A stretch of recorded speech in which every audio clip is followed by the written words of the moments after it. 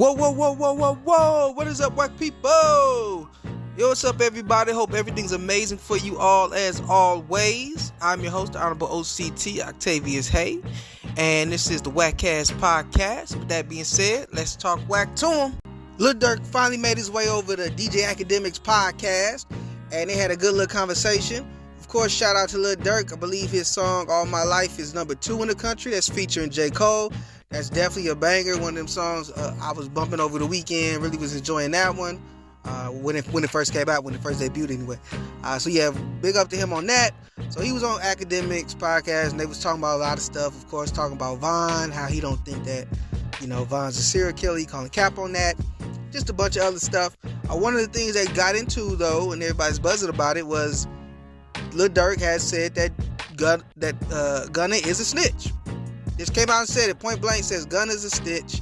He said he hate rats and he love Jeffrey. He love Young Thug. So we see what Durk's loyalty is, and it's kind of crazy how this has become a question. And I heard a lot of people say the same thing I've been hearing people say, which is, well, we gotta wait until hear what Thug say. If Thug say he is snitched, then he snitch. Or if Thug said it was okay to tell, it was okay to tell. Look, this is just based off what the rules of the streets is. If you cooperate with law enforcement, you are a snitch.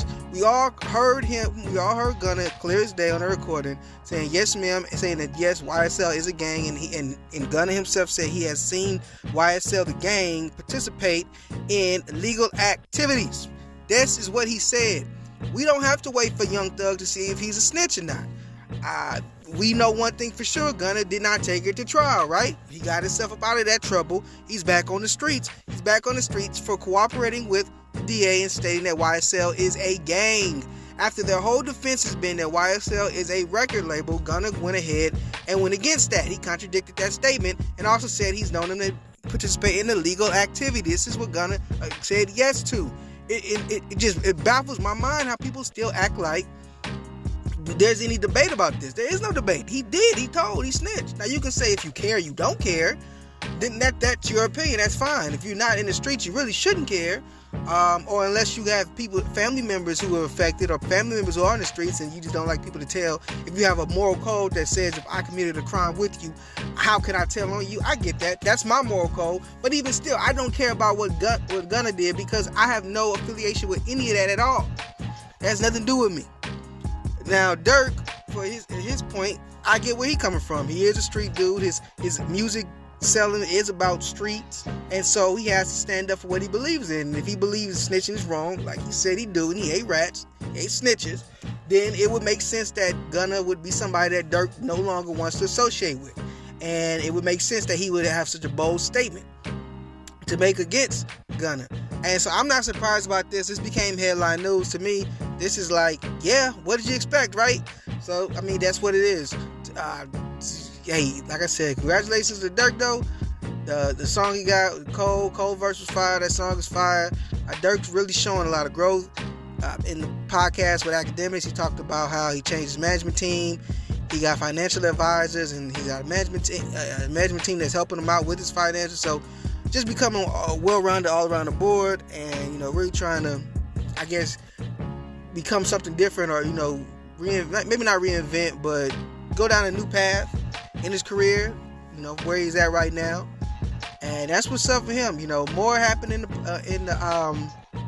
pod that he did with Act. I'm listening to it, so if there's any other juicy details to go through, I'll be talking about that as well. The Lakers were washed by the Denver Nuggets 4-0. Lakers are out of there. Denver goes to the playoffs for the first time, I believe, in team's history. So shout out to them. Just a complete surprise after the Lakers. They were coming out strong with that. They beat Golden State Warriors. Seems like the Lakers had a good chance, and this was just a dominating performance. I mean, every game was close. It wasn't like the Lakers was getting smashed. Every game was close, but Denver kept coming out on top. This is now with LeBron, failing, because LeBron played pretty much every part of this game except for, I think, like 4 seconds or something like that. But pretty much played the entire game, LeBron did, trying to lead the team. And for the first half, LeBron was out there. He was scoring. He was killing. He was tearing it up. Second half, though, everybody's noticing LeBron was getting a little bit slow, man. And LeBron's 38 years old. He's not young no more. We can't be expecting LeBron to be able to do what LeBron was able to do beforehand. But even at 38, still was able to carry the team. And he's also got a bad foot. There's some damage with that. Some people are saying maybe some arthritis. Some people are saying maybe like a little fracture or something. But he playing ball like this at 38 on a bad foot. Was a good game, but the Lakers did lose 4-0 in the whole series, or in the games against Denver. And so from that, it's been talk about if LeBron should retire. And LeBron even himself said, he's got some thinking to do. He's not getting younger, and he's got some thinking. LeBron said he don't want to be here playing if he's not going to win. It's not enough for him to, to almost make it. He got to get the championship. He said he's done this so many times. Only thing that motivates him to continue to play is to win. And if he don't think he can win, essentially is what he's saying, then he shouldn't be playing. Now, we all know LeBron, one of his dreams is to go ahead and play with his son, who, after next year's season would be eligible for the NBA. And a lot of people thought, and I think LeBron himself has been saying that's what he wants to do. So that's what he's waiting on. He's waiting to at least play at least one season with his son, which would be nice. But following this defeat, I don't know how LeBron's feeling. It's fresh. The emotions are still high. He's got to take some time. Of course, now Lakers are going to worry about rebuilding, putting their team together, see who goes where. A lot of people dragging AD down, saying he ain't really contributed enough, and pretty much saying LeBron was out there by himself to hold the team up. I get that. I don't know. I don't know. I'm not going to speak to that. Let's keep it on LeBron, though. Will LeBron retire or should LeBron retire? I say both to no. I don't think he will retire. I think right now he's caught up in the motion of the game. LeBron is a winner. He's a premier athlete. He don't like losing. That's why he's so talented, because he works so hard not to lose. So I understand him being upset, and I understand him being embarrassed about a 4-0 scored against Denver. That is embarrassing. But I don't think that he's done yet. I think he's going to come back. I think he's going to finish out this year with the Lakers. And I think he's going to do what he wants to do, which is play with his son and set his son up for success. And then probably retire after that. He'll probably do one season with his son and then retire. I don't think he should, because I mean, look at how he was playing. LeBron was out there. He was scoring. He was doing his thing. Ain't nothing wrong with it. Yeah, maybe he can't go full 4 quarters no more, but without getting tired. But he still has a lot to offer the game. And you get him with a good team that can really help and support him, and he can take his little breaks and be okay. I think LeBron has a lot to offer still for a couple years. I don't think it's over for him yet. And again, he's playing on his bad foot. Imagine LeBron healed up, with the offseason now. Imagine me taking the time to get that healed up, maybe get the surgery he needs or whatever, coming back and being strong. So I think we'll see as next season comes what's going to happen with LeBron and what he ultimately decides to do. But for right now, again, congratulations to Denver, man. I know this is an exciting time for them. The Nuggets, they got this. They have a chance to be champs, and I'm going to be interested to see what happens with that. Rick Ross has been going back and forth with DJ Envy, or DJ Envious, as Ross has been calling him. It's all started about their car shows. Now, everybody knows that DJ Envy, he hosts these car shows. It's like a family event, and he brings a bunch of tricked out cars, and they also have other, entertainment games and stuff like that for the kids and for the family, as well as, trick cars and things like that. Just a fun environment. Well, Rick Ross is showing off these really high-end luxury cars where he's charging $500 or something for tickets for people, and it's really supposed to be high-end, like an upper scale. So, Ross was on Nori's podcast, Drink Champs, and he was talking about his car show, Ross, where Ross hosts this at his home. And Nori just innocently, really was innocent, brought up it's like Envy. And he was like, nah, Envy ain't on my level. Well, that started this whole back and forth. Now, I would say this, I don't think Ross really meant no type of disrespect from it. He even said shout out to Envy. But of course, Envy had to respond. Envy, defended his car show and said we get more people and we do it for the family. This ended up starting a back and forth between them, where Ross was telling Envy to bring his kids to work for him.